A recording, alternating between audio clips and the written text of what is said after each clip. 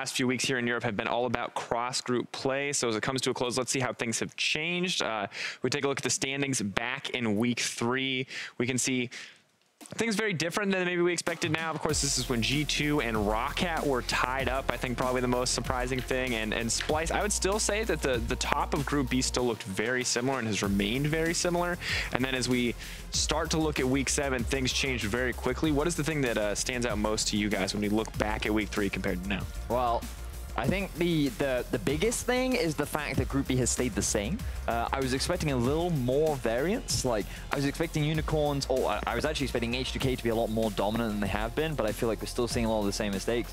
And I'm also quite surprised by how much Unicorns have underperformed in the last few weeks. I definitely feel like after Rift Rivals, teams are finding avenues to punish them a little bit more. And Splyce is definitely on the up and up, but I still have a few questions for Trashy regarding that. Hit me, man. Well, let's look at Splyce then. Let's bring up what Splyce looks like across multiple groups, and let's talk a little bit about the team. What do you feel like has been the progression, Trashy, for Splyce between regular play, cross-group play, or just over the split total? I actually think we started out the split pretty well, but at around the time just before Rift Rivals and after Rift Rivals, we were kind of slumping, and the mood was in the house and in the team in general was not that great, and it kind of showed in our play. I think both the series against G2 and Fnatic, where we lost we got outclassed pretty hard in my opinion. We were not playing to the level we can play at. So I mean, pretty much the only thing I can say about us is that we are on the rise, and thanks to Boris, we will get there. All right, Pyre didn't ask. Whatever else we were planning, cut it. Who is Boris? Who is Boris? Hans wouldn't tell me. I mean, it's not a he or she who, like, it's just Boris. What does Boris? What is Boris? What does Boris mean? Can you explain Boris to me? Whatever or whoever? I can't say more than it's just Boris. So you guys will see at the end of the split when we are gonna perform well. Okay, let us know with your guesses. Hashtag who is Boris at LOL Esports, I guess. Is it an anagram? Is it a metaphor? It could be so many things. Big, over-aggressive, really intense snake. That's our guess. I don't know. But anyway, I want to bring the conversation back to Splyce. Fair. You said you're definitely on the up and up. But something that I feel I've noticed a lot from Splyce is, to me, you guys are pretty slow in the early game, and you are not super proactive, personally. I think that you guys are really good at punishing mistakes, and you're a really smart team, and you recognize when people are making mistakes so you can capitalize on that. But I don't think that you're the team that sets up and make the plays and suddenly makes that dramatic turnaround thing that suddenly wins you the game. Do you agree or disagree? I would agree with it to some extent, but I also feel like today actually we showed some of the progression we have done in the past week, where we actually executed a top dive at like 4 minutes, 5 minutes that pretty much set Wonder up to carry the game. So it's definitely something we're working on, and it requires us to have better communication, and it's something that we have looked at in the past and tried to fix. And right now, I'm really happy with some of the things we did today. Obviously, we're not playing as fast as some of the other teams in the league, but we're trying to play with discipline, and we're trying to make the right decisions in the game. And I think today we obviously still saw some of the flaws in our slow play, but I also think we did some good things in the early game.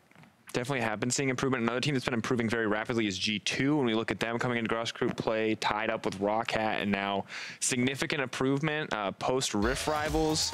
You've played up against them. I'm sure you guys get to scrim them as well. What is your impression of G2? Do they feel like a different team compared to how they were playing back at the start of the split? I think definitely they're getting better, and it also shows. But I think the meta right now is also fitting them well, with setting up plays as a team, not as much of like solo plays all over the place with assassins or heavy carries top or something like this. So meta fits them well, and it seems like they fixed their drafting issues, and it's kind of easy to draft in this meta, in my opinion, because we pretty much know what is going to happen in the draft. So you just look who, I mean, most games are actually just decided who has the better team fight. And in some ways, it's kind of sad in a way, because you can be so, I think the game we played today, the first game, we actually played really well in the early game and macro-wise, until we did one mistake, and then we got aced, and then it's just lost. And it's kind of sad in a way, because you don't get rewarded for what the macro decisions you do in previously. If you just lose, it's kind of like the UL style, like you run it down and do one team fight, and then suddenly you're winning the game. So in some ways, it's a cool meta with a lot of fighting, but it's also not as rewarding in the early game. Yeah, and it's something it seems like you mentioned has helped G2 to a certain degree. I want to turn our attention to Unicorns of Love, though, on the other side. They have a little bit of a different approach to the meta from what we've seen so far. Now, the Talon coming out, a little more emphasis on its lethality carries. Things have not looked, despite the records still looking pretty good for Unicorns of Love, I feel like we are starting to see a bit of a downturn for this team. And this surprises me because their strength for the longest time has been what this meta is. And if anything, you would expect them to thrive in this meta. We've seen yesterday in a lot of the team fights versus Fnatic that they are still really good at actually team fighting, and they can just draft comps around trying to do that, but we're actually seeing them make a shift away from that. We're seeing them adapt. We're seeing them trying new things, and I don't know if this is a point in the meta in which you need to be experimenting. Like, Trashy, you can probably speak more to this. Like, when you're deciding when you want to introduce new styles into your play, whether you want to try new champions, when do you think is the best time to do it? And is it at all, when is it appropriate? Well, it depends what team it is. Like, I bet UL would just be like, yeah, let's play this champ, and then next game they're playing it. So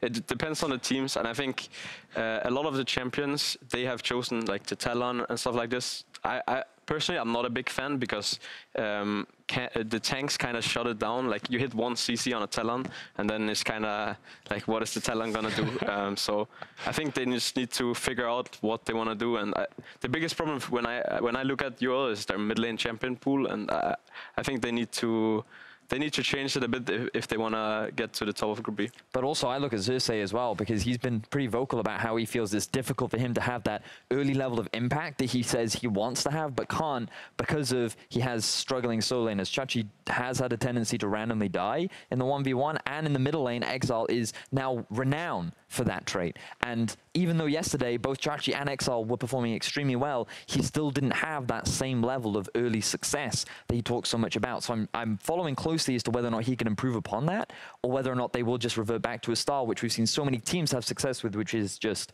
fight, fight, fight. Yeah, I think it's a very interesting topic, because when Xerxes just came into the league, he was pretty much playing only for himself in a way. Like, he was playing super selfish with his pathing, didn't really help lanes to get a push out or get ambition and stuff like this. And he was actually performing super well in these situations where he would just at some point take over games with huge farm leads and level leads. But now, since they've changed a bit and tried to help lanes more, he also seems like he's not performing as well. So it's that like rookie stages that like, for a player like me who has played for a couple of years, I've been through all those phases where you learn. Sometimes you learn to be more selfish, and sometimes you learn that you need to help your teammates more in specific situations. And it's so situational that it's kind of, you need to learn by doing in a way.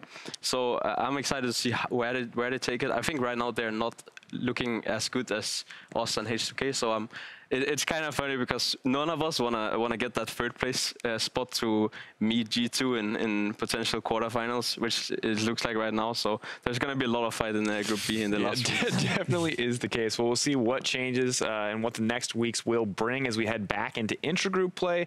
Based on what the teams have shown so far, we have a pretty explosive few weeks ahead of us, and I mean, I honestly just don't know what to see here. This is going to be such an exciting thing to watch.